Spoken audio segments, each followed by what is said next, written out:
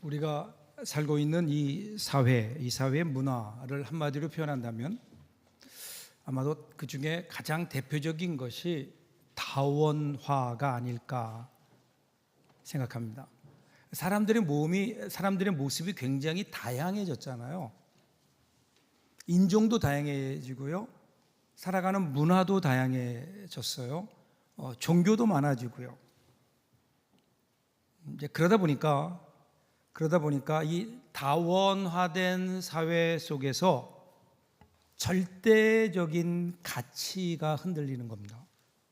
절대적인 가치. 현대인들을 보면 어떤 동질화보다는 차별화되는 데서 자신의 정체성을 찾으려고 하죠. 그러다 보니까 우리 사회는 개성을 중시하고 이 개성을 잘 나타내기 위한 어떤 다양성을 위한 공간을 확보하려고 합니다. 자, 문제는 이렇게 다원화된 사회 속에서 우리 그리스도인들은 혼란스러울 수밖에 없어요. 왜 그런가 하면 우리가 믿는 하나님, 우리가 믿는 신앙, 이것은 결코 양보할 수 없는 절대적 진리에 근거하고 있기 때문에 그렇습니다. 그래서 우리가 어떻게 살아야 되는가, 이 다원화된 사회 속에서 우리 그리스도인들은 과연 어떻게 살아가야 되는가. 요즘 우리 사회를 보면 기준이 무너져 내리는 것 같다라는 느낌을 지울 수가 없습니다. 이 시대에 새롭게 되어지는 모든 기준들을 보면 대부분이요, 사회적 합의라는 것에 방점이 찍혀 있는 것 같아요. 그래서 여론이 모이고 사회적으로 합의가 되면 그러면 새로운 기준을 만들어냅니다. 자, 그런데 문제는요, 이 합의를 이루는 과정에서 얼마든지 잘못된 비도덕적인 기준이 형성될 수도 있다는 겁니다. 그래서 그런 모습들을 볼 때 마음이 혼란스러워요.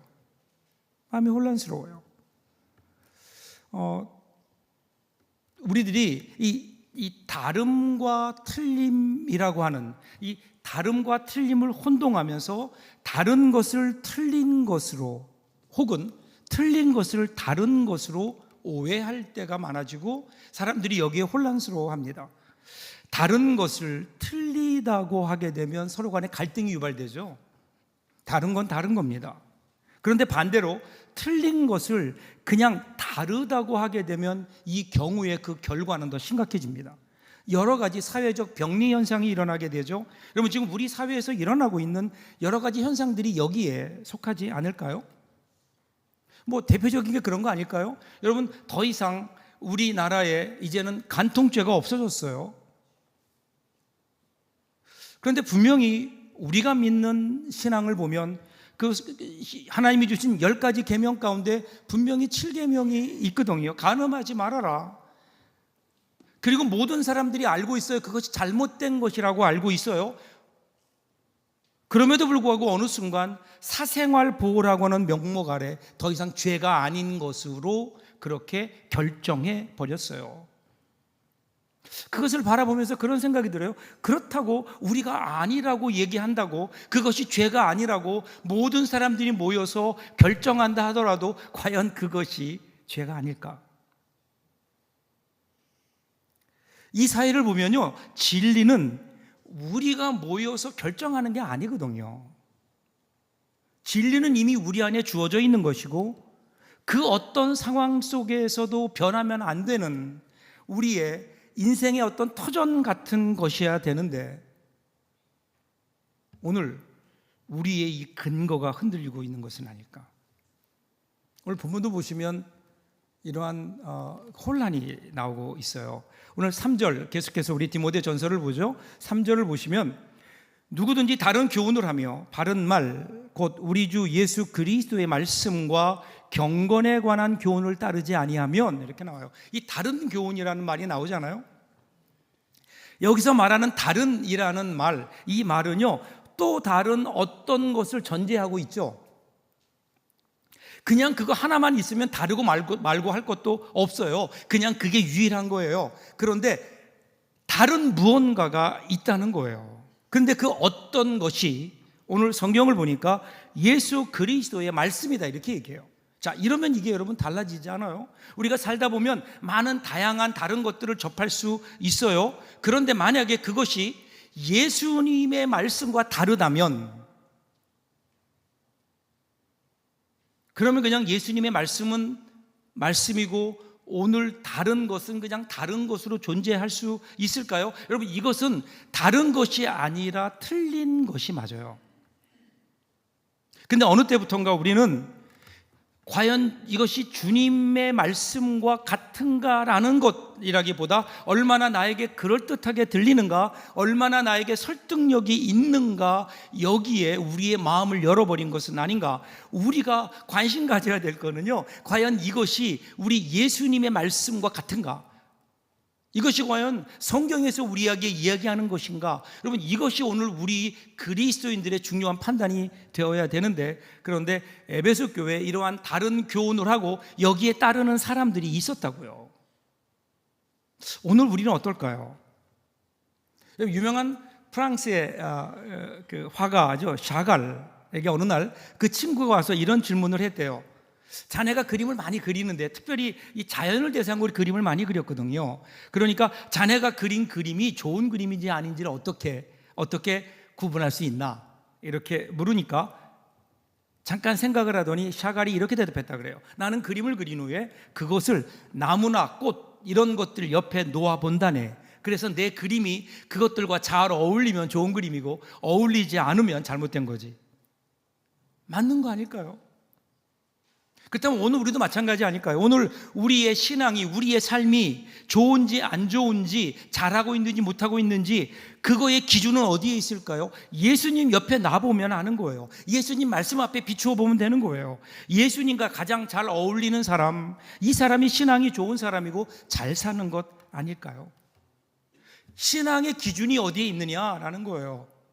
바른 신앙의 기준, 그것은 예수 그리스도의 말씀이에요. 그래서 사도 바울은요, 이어서 이 다른 신앙이 어떤 건지를 이야기하지 않아요.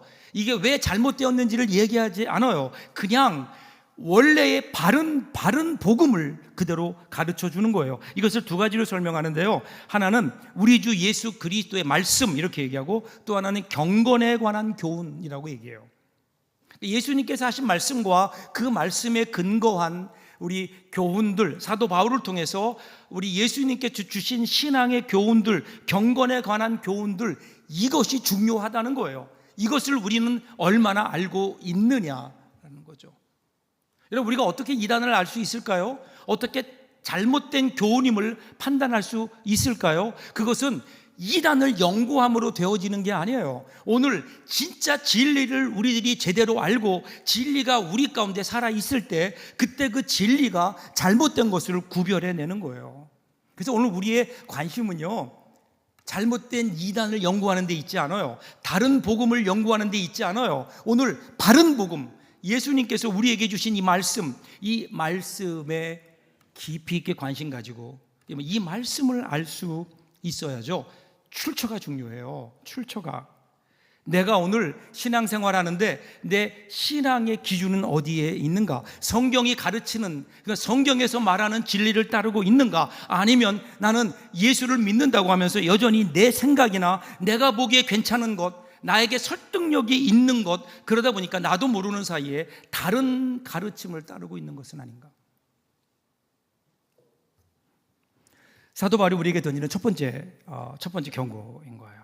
자, 그러면 이 복음에서 떠난 사람들의 결과는 어떨까요? 이 다른 복음을 따라가는 사람들의 그 결과가 있어요. 이 결과에 대해서 4절에서부터 이제 자세하게 설명합니다. 4절 보세요. 그는 교만하여 아무것도 알지 못하고 변론과 언쟁을 좋아하는 자니 이로써 투기와 분쟁과 비방과 악한 생각이 나며. 그가 교만하다, 아무것도 알지 못한다, 그렇게 얘기해요. 여러분, 이게 무슨 말일까요? 여러분, 하나님을 아는 지식, 이건 하나님이 주신 선물이에요. 하나님이 우리에게 주신 선물이에요. 우리 스스로 하나님에 대해서 알 수 없어요. 하나님께서 우리에게 선물로 은혜를 주셔야 우리가 하나님을 알 수 있어요. 그래서 하나님은 때때로 어떤 사람들에게 특별히 많은 지혜와 지식을 허락하세요. 그러면 그런 사람들은 어떨까요? 그렇게 하나님의 은혜를 받은 사람들은 성경에 대해서, 하나님에 대해서 더 많이 알고 이해할 수 있죠.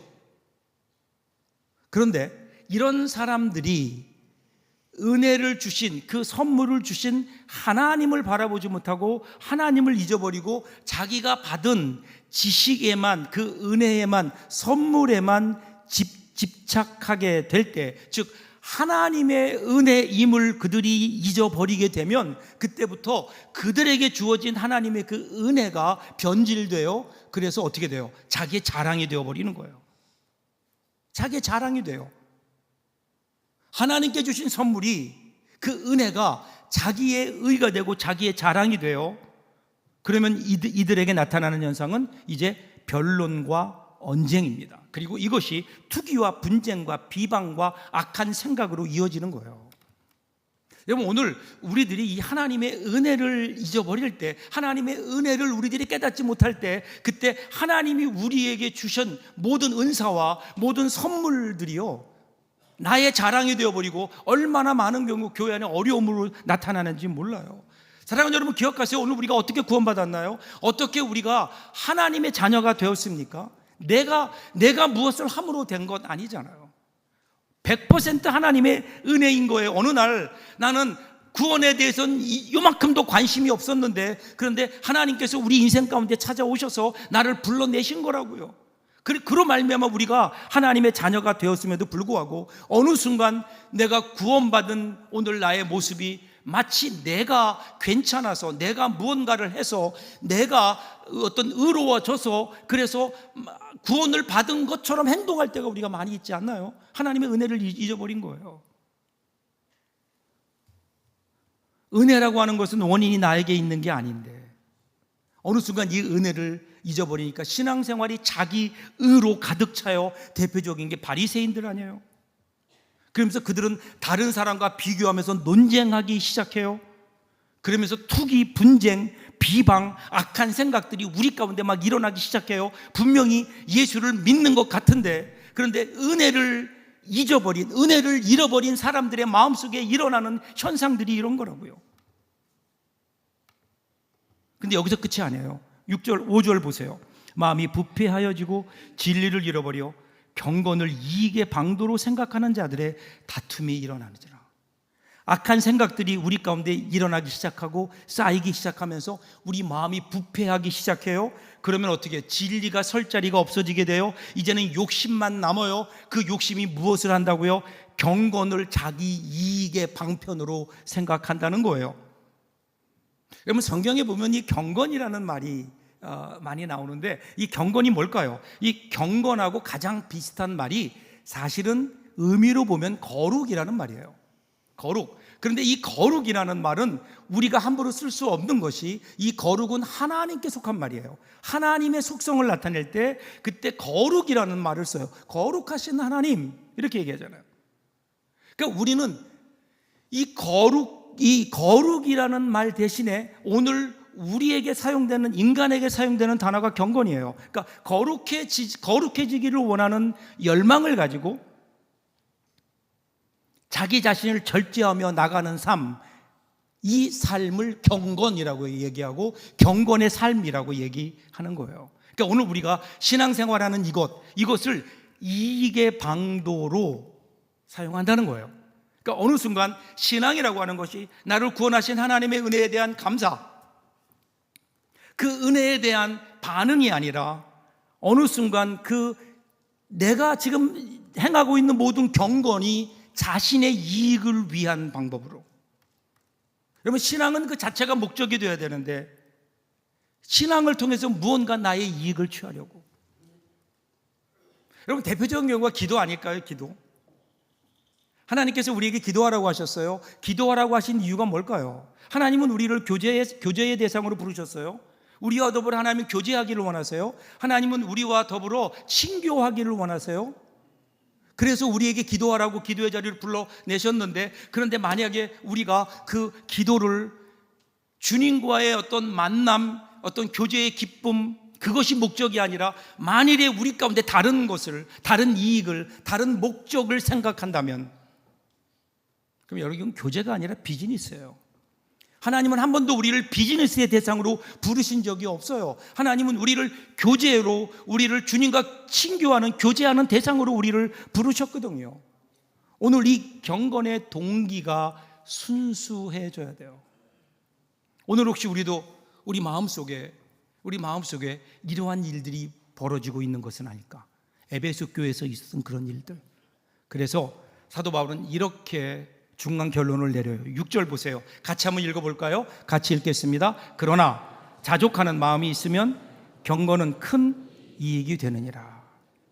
오늘 우리가 읽고 있는 이 개역 개정에서는 자족이라고 얘기를 하는데, 그런데 전 성경 번역이었죠. 개역 성경을 보면 지족 그렇게 얘기해요. 이 두 단어가 같은 단어예요. 헬라어 단어예요. 아우타로 케이어스라는 말이에요. 이 말은요, 이 땅에서의 행복과 불행을 초월한 마음의 평정을 누리는 상태, 이것을 본문의 의미로 보면 이런 거예요. 자신에게 주어진 것이 충분하다고 생각하는 사람, 자기의 주어진 것으로 만족하는 사람, 이것이 뭐예요? 이것이 자족이라는 의미예요. 나에게 주어진 것으로 만족한다? 이것이 어떻게 가능할까요? 그리고 성경은요, 자족하는 마음이 경건과 관계에 있다는 거예요. 왜 그럴까요? 잠언 30장 8절부터 9절을 보세요. 유명한 구절이 나오죠. 나를 가난하게도 마옵시고 부하게도 마옵시고 오직 필요한 양식으로 나를 먹이시옵소서. 혹 내가 배불러서 하나님을 모른다, 여호와가 누구냐 할까 하오며, 혹 내가 가난하여 도둑질하고 내 하나님의 이름을 욕되게 할까 두려워함이니이다. 여러분, 예수 믿으면요, 가난한 사람이 다 부자가 된다는 말씀이 아니에요. 예수 믿는 사람도 부자일 수도 있고요, 가난한 사람일 수도 있어요. 배부를 수도 있고요, 배고플 수도 있어요. 자, 문제는 가난하든지 아니면 부하든지 배부르든지 배고프든지 어떤 환경 속에서라도 흔들리지 않는 것, 이것이 그리스도인의 믿음이라는 거예요. 이것이 그리스도인의 경건이라는 거예요. 초점이 어디에 있는가? 그러면 하나님께 있는 거죠. 그래서 여러분, 다윗이 유명한 고백을 하잖아요. 내가 사망의 음침한 골짜기를 다닐지라도 두려워하지 않을 것은, 이유가 뭐예요? 주께서 나와 함께 하십니다. 이것이 여러분 자족이 아닐까요? 하나님 때문에, 예수님 때문에 환경에 흔들리지 않고 중심을 잡을 수 있는 것, 감사할 수 있는 것. 미국의 유명한 복음주의 설교자죠. 그 위렌 위어버스라고 하는 분이 있어요. 그분이 자족하는 마음을 가리켜서 이렇게 설명했어요. 자족하는 마음은 마치 온도 조절기와 같다. 그런데 오늘을 살아가는 대부분의 사람은 온도 조절기가 아니라 온도계 같은 삶을 살고 있다. 여러분, 온도계 아시죠? 온도계와 온도 조절기의 차이점을 아시나요? 온도계, 요즘은 우리가 뭐 거의 온도계를 잘 안 보죠. 핸드폰 보지. 그런데 온도계는 어떤 거죠? 날씨에 따라 오르기도 하고 내려가기도 하는 거예요. 그러니까 날씨가 추워지면 어떻게 해요? 내려가요. 날씨가 더워지면, 기온이 올라가면 올라가요. 그냥 단순히 환경에 대해서 반응할 뿐이에요. 온도계 같은 삶을 살아가는 사람들이 있다고요, 우리 신자들 가운데도. 환경이 나빠지면 불평해요. 환경이 좋아지면 금방 해해해요. 그러다가 환경이 나빠지면 또 금방 세상이 끝난 것처럼 한숨 쉬어요. 온도계 같은 신앙이에요. 그런데 오늘 성경은 뭐라고요? 자족하는 신앙이란, 성숙한 신앙인의 모습은 뭐라고요? 온도 조절기 같다는 거예요. 온도 조절기는 어떤가요? 온도 조절기가 있으면, 여러분, 우리 집안에 방 안에 온도 조절기가 있으면 온도를 어디에 맞춰 놓으면 그 이하로 떨어지면 다시 알아서 온도를 올려요. 그리고 온도가 너무 높아지면 온도를 내려서 일정한 온도를 유지하게 하는 온도 조절기 같은. 그래서 주위 환경이 좋든지 나쁘든지 그것에 움직이는 것이 아니라 오히려 그것들을, 환경을 바꾸어 갈 수 있는 믿음. 오늘 우리의 믿음은 어떨까요? 혹시 환경에 따라 반응하는 온도계 같은 삶을 살고 있는 것은 아닌가? 자족하는 삶, 온도 조절기와 같은 그러한 신앙. 왜 이렇게 살아야 되는가에 대해서 이제 7절부터 이렇게 설명해요. 7절 8절 보세요. 우리가 세상에 아무것도 가지고 온 것이 없음에 또한 아무것도 가지고 가지 못하리니 우리가 먹을 것과 입을 것이 있은즉 족한 줄로 알 것이니라. 이 우리가 누구인가를 알려주는 거예요. 우리에게 우리가 이 땅에 올 때 뭘 가지고 왔나 물어보는 거예요. 뭐 가지고 오셨어요? 이 땅에 태어날 때 여러분 손에 뭘 가지고 오셨어요? 아무것도 없어요. 아무것도 없어요. 그럼 나중에 여러분 이 세상 떠날 때 우리는 뭘 가지고 갈 수 있을까요? 아무것도 못 가져가요. 그럼 이 땅에 살면서 100년도 안 되는 짧은 삶을 살면서 우리가 이 땅에 가지고 있는 것들을 그래도 우리 거라고 여러분 생각하시나요? 아니에요. 이것은 하나님께서 우리에게 맡겨주신 것이고 크든 작든 간에 맡겨주신 것이고 우리는 이 땅에 사는 동안 그것을 맡아 관리하는 청지기일 뿐이에요. 내 것이 아니에요. 그래서 우리는 나에게 맡겨주신 하나님의 뜻에 따라 오늘 나에게 맡겨진 것들을 하나님의 뜻대로 관리하는 것, 사용하는 것, 이것이 오늘 우리에게 주어진 것. 그래서 우리는 청지기예요. 우리가요 내 것도 아닌 것 이 땅에 이만큼 쌓아놓아 봐야 그거 무슨 의미가 있겠어요? 아무것도 가져갈 수 없다면.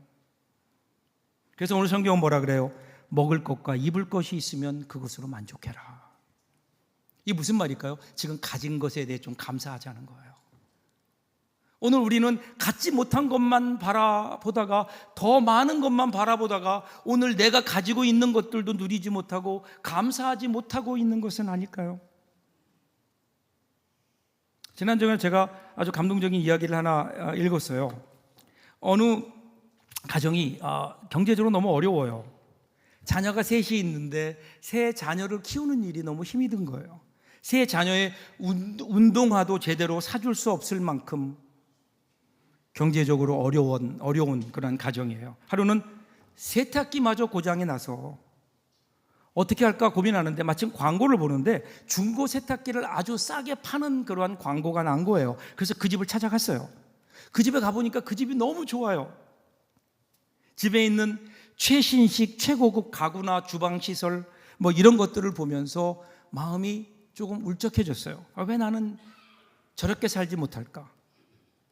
그러면서 그 주인과 만나서 얘기하면서 그 주인 내외를 만났는데 주인 내외에게 자신이 경제적인 여유가 없어서 지금 중고 세탁기를 꼭 사야 된다는 것, 자기에게 두 아들 녀석이 있는데 그 녀석이 얼마나 개구쟁인지 신발이 너무 빨리 닳아서 걱정이라고, 세탁기가 꼭 필요한 이유가 그 아이들의 신발을 빨리 쉽게 더러워지는 신발을 빨아야 되는데 그만 그것이 고장이 나서 그래서 지금 이것을 구하러 왔다 이러면서 한참 자기의 신세한탄을 했어요. 그런데 그 이야기를 듣던 그 집의 내외 중에 그 부인이 갑자기 그 얘기를 듣는데 한순간 참지 못하고 고개를 숙이고 눈물을 보이면서 방 안으로 뛰어들어가는 거예요. 왜 그럴까 깜짝 놀랐는데 잠시 후에 그 부인의 남편이 이렇게 설명해요. 미안하다고. 그런데 우리에게 딸이 하나 있는데 태어나서 지금 12년 동안 한 번도 걸어본 적이 없는 장애아라고. 아마도 운동화가 빨리 닳을 정도로 뛰어다니는 당신의 아이들의 이야기를 들으면서 태어나서 한 번도 운동화를 신어본 적이 없는 우리 그 딸아이가 생각이 나서 그랬을 거라고. 세탁기를 사고 집으로 돌아왔어요. 현관에 들어오는데 현관에서 아이들의 낡은 운동화가 눈에 들어옵니다. 그것을 보는 순간 눈에서 눈물이 나면서 감사 기도를 드리는 거예요.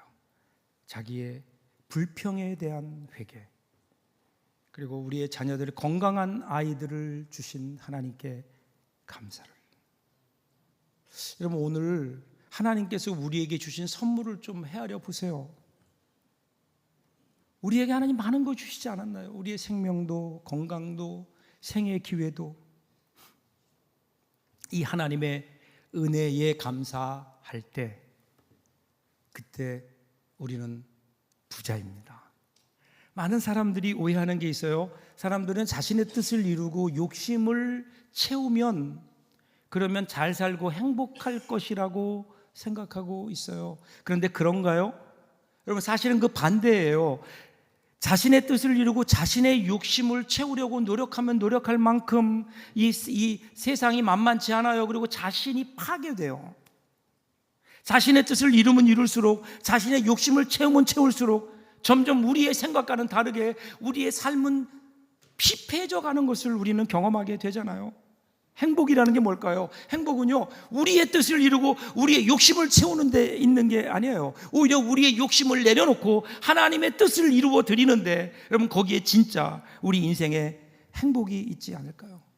자기를 버리고, 자기를 비우고, 욕심을 버리고 하나님을 하나님으로, 하나님을 주인으로 인정하고 그분의 뜻을 따라 살기 시작할 때, 그때 여러분, 이 세상은 행복해지는 거예요. 한 20여 년쯤 전쯤에 주님의 선교 명령에 순종해서 서울에서의 안락한 삶을 포기하고 중국 연변으로 떠나 그곳에서 학생들을 가르치며 선교 활동을 하고 있는 어느 분의 부인 되시는 자매님으로부터 선교 편지가 왔어요. 그 편지를 그 교회 목사님이 설교 시간에 소개한 적이 있어요. 제가 그 편지의 내용을 들으면서, 이분이야말로 정말 자족의 기쁨을 누리는 분이구나 라고 하는 생각이 저의 마음속에 가득했어요. 제가 그 인용한 부분의 한 부분을 인용해 볼게요. 오늘도 변함없이 연변의 가을은 코스모스 꽃들이, 들꽃들이, 맑은 하늘에 두둥실 떠있는 흰 구름이, 미로나무 숲 사이로 반짝이며 비치는 가을 햇살이, 싸늘한 가을 바람이 조용히 제 곁에 다가와 속삭입니다. 저와 친구가 되어 이 아름다움에 함께 머무르고 싶다고. 요즘 이곳 건너편 미로나무 숲길을 산책하였는데 미로나무 숲 사이로 비껴가는 가을 햇살이 얼마나 아름다웠던지 이 전경을 마음으로 스케치해 두었습니다. 또한 오는 길에 들녘에서 보랏빛과 핑크빛 들꽃들을 한아름 꺾어 들고 얼마나 행복했던지 집에 와서 여기저기 들꽃으로 단장을 했습니다.